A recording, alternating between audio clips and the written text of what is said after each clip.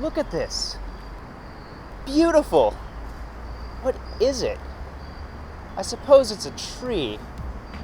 But is it really? Tree is just a name we give to it. The word is a human invention. It's not actually this label. It doesn't care about what we call it. Though we do have formal definitions of tree, they're not really what we consciously follow when we talk about a tree. We don't think about a word's definition every time we use it. We just know what it means. We call this a tree because we know. We feel it. We recognize its tree-ness. Many people believe that a tree, which is really just a certain complex arrangement of atoms, doesn't actually exist as a tree. Its tree-ness is illusory, and like the word tree, only exists as a human projection. That's an interesting perspective. Let's examine it a little more closely. A tree isn't a tree. It's really just a bunch of atoms. But what is meant by really here? What makes something real? What makes atoms any more real than the tree-ness we perceive?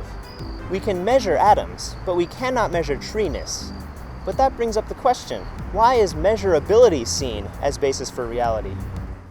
Well, it makes sense if you assume objectivity, a reality that doesn't care about what you think or how you perceive things because it exists outside of your perception. The opposite of that is the subjective, which exists only within perception.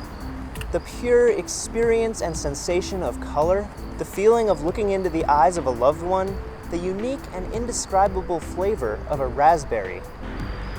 The feeling you get when you look at a tree, its tree-ness. Saying that trees aren't really trees but just atoms is saying that the objective is real, where the subjective is an illusion. But what if it were the other way around?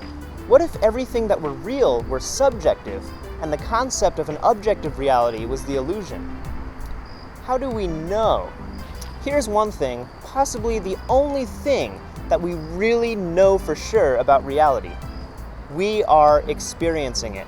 Is the experience of a tree's tree-ness really less real than our reductionistic analysis of it? Some would say yes, others would say no. Both come from different ideologies, different ways of viewing reality, both equally valid, but still nonetheless only ideologies. We don't know if there is an objective reality, but we do know that there is the subjective.